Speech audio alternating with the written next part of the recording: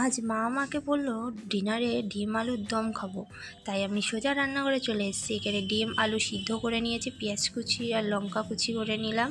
এখানে হলুদ মাখিয়ে ডিমগুলো লাল লাল করে ভেজে নিচ্ছি। তারপর আলুগুলো ওই তেলেই লাল লাল করে ভেজে নিলাম।